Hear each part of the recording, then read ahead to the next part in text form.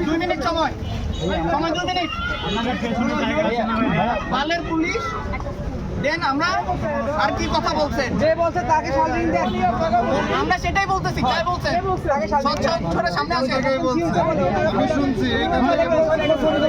আপনি কেন বলবেন ভাই? এইখান থেকে আমি আমার কানে শুনছি এই ধরনের কন্টেন্ট ক্রিয়েটর থাকেন যে বলছেন সরি বলেন বাইরে আমি তুমি এটা সরি বলা উচিত